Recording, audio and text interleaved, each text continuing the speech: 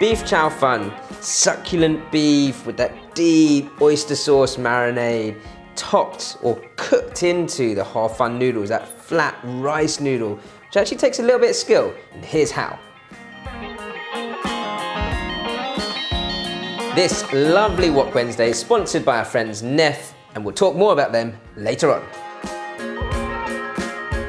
This is a classic Wok Wednesday, but there is some sort of real depth of skill to your wok hei or your wok cooking, especially with this type of noodle, because hor fun, the actual hor fun itself is, if you're using fresh hor fun, you have to be quite careful not to break it up too much.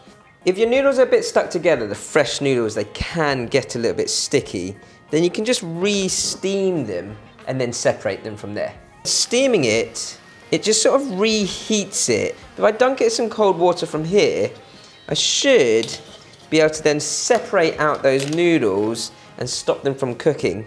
If you don't have a steam basket, you can also reheat your noodles in a microwave for about 10 to 20 seconds so that they're easier to separate out again. Once your strands of noodles are separate, take them out of the water, give them a good shake through, and I'm going to take some oil and just run that oil around my noodles. That way, when I come to use my noodles and they hit the wok, they stay nice and separate. Veg-wise and meat-wise, we're going to keep this really simple. I'm going to start with the veg, and I've got this lovely Chinese chive here, which is gao choy in Cantonese. And it's much more vegetable-like, more of a crunch to it than a Western sort of herby chive. And I'm going to just cut lengths of the chive out so that it goes with the length of the noodles. And then I've got some washed bean sprouts here. It's important to wash your bean sprouts. They'll come out much more sort of bright white in colour. I've got a classic School of Wok giant onion. I just want a small amount because I don't want to overload my wok with veg or meat, to be honest. You need enough space in your wok for the wok hei to happen. And that's going to be sort of 12 o'clock on my wok clock of ingredients here. And then I've got some spring onion, which I'll use half of the spring onion to cook up at the beginning along with my onion, and the other half just sort of garnish over the top. And the spring onion that's going to go with the onion can just be roughly chopped. And that's all my veg ready on my wok clock. Onto the beef. I've got some rump steak here, and rump's great for this type of noodle dish because it's got small bits of marbling in, but not too much fat at all. I'm just going to slice this at a slight angle, and I will bash these bits of steak out as well. So you want to give the meat a good hit, and this will help to tenderize it, but also sort of flatten it out. So we're going to use similar sort of sauces for the marinade and the stir-fry sauce. I'm going to start with some oyster sauce, and not too much because I will use a bit more later on. And then some saltiness from some light soy. But again, not too much, just enough to flavour that beef. A good pinch of sugar, and then some rice wine. And that Searing rice wine, it's a nice sort of sweet aroma, but it'll also, if you were to marinate it for a good period of time, say an hour or so, leave it in the fridge, it would tenderise that meat even more. If you like, you can add a little dash of sesame oil to that as well. If you want exact quantities, guys, there's a link in the description to the actual recipe with all the quantities of the sauces in. A heaped teaspoon of corn flour into this amount of beef. And what you want is for the beef to come out a sort of creamy colour or creamy texture. And that corn flour will help the beef to brown and sear very quickly. But also, if it sits into the beef over time, it will help to tenderize some more. Last thing I've got to make up is the sauce. So I'm going for a tablespoon of oyster sauce. Same amount of light soy, so a tablespoon of light soy. And that light soy will just help it become more of a sort of dripping consistency, but also add a bit more saltiness to it. So we're going to balance that saltiness out with about half a teaspoon of sugar. Some dark soy because I want to colour these noodles nicely. about a teaspoon of dark soy, and then the same amount of sesame oil. Give that a good mix, and it should be a good sort of deep brown color now. So, it's time to get wokking. And this is where you gotta wait for your wok to get to a really good heat.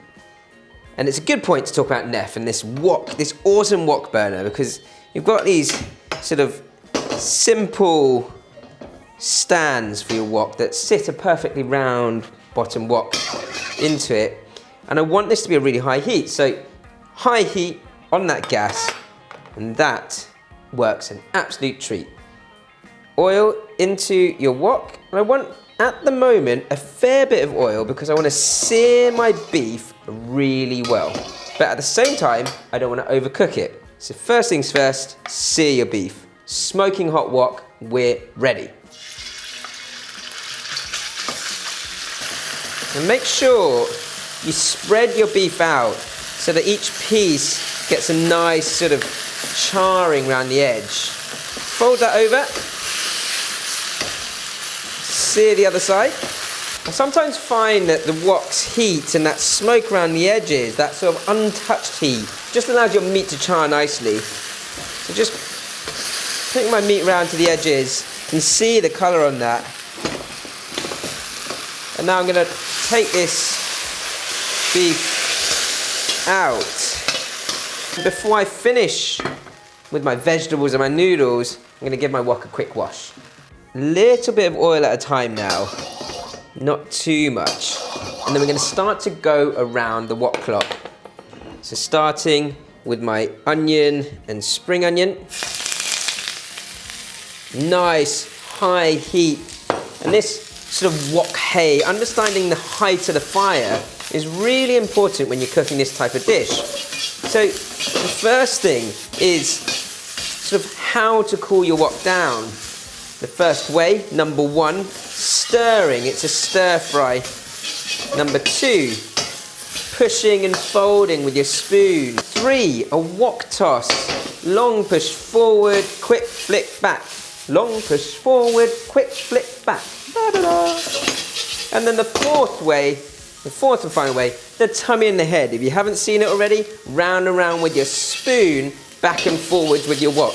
Round and round and back and forwards. Round and round and back and forwards. And that just brings all that smoke up here out of the wok. I'm pushing that all to the back to allow space for my next ingredient, which are my Chinese chives.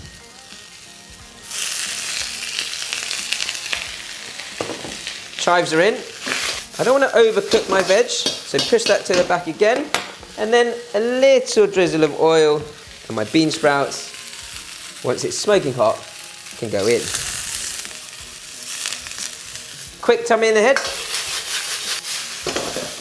And then when my noodles go in, I'm going to place them into the wok on top of my veg.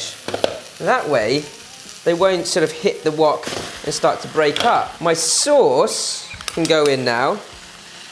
But I'm going to use my chopsticks rather than my spoon so that I don't break the noodles too much. Now, although I want this dish to be a dry noodle dish, I'm going to get my beef in now. Try not to take all that excess oil. And then I'm just going to use a little bit of chicken stock on this high heat to just bring that around and bring the whole thing together. On a high heat, let that bubble away, vigorously boil, and I'm finishing off this noodle dish as we speak. Once your noodles are just about starting to stick around the edge of that wok, you want to take them out. My garnish.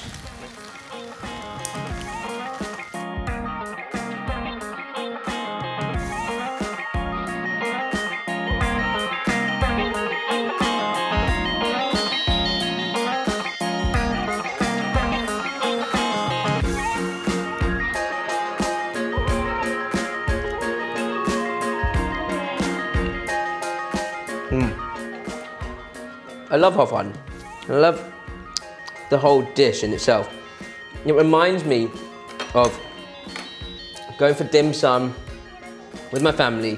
You'd always order all the dumplings, but always have one or two noodle dishes on the side, and this would be one of them. Deep, savory flavor, but the texture of the noodles makes it, and the cooking of those noodles can be quite complex, but hopefully I've simplified that for you guys. Massive thanks to Neff for sponsoring this video, and if you want to learn more recipes like this, actually there's a recipe that we've got on the channel that shows you how to make the noodles from scratch, or actually churn fun, which is the same noodle, just a different shape.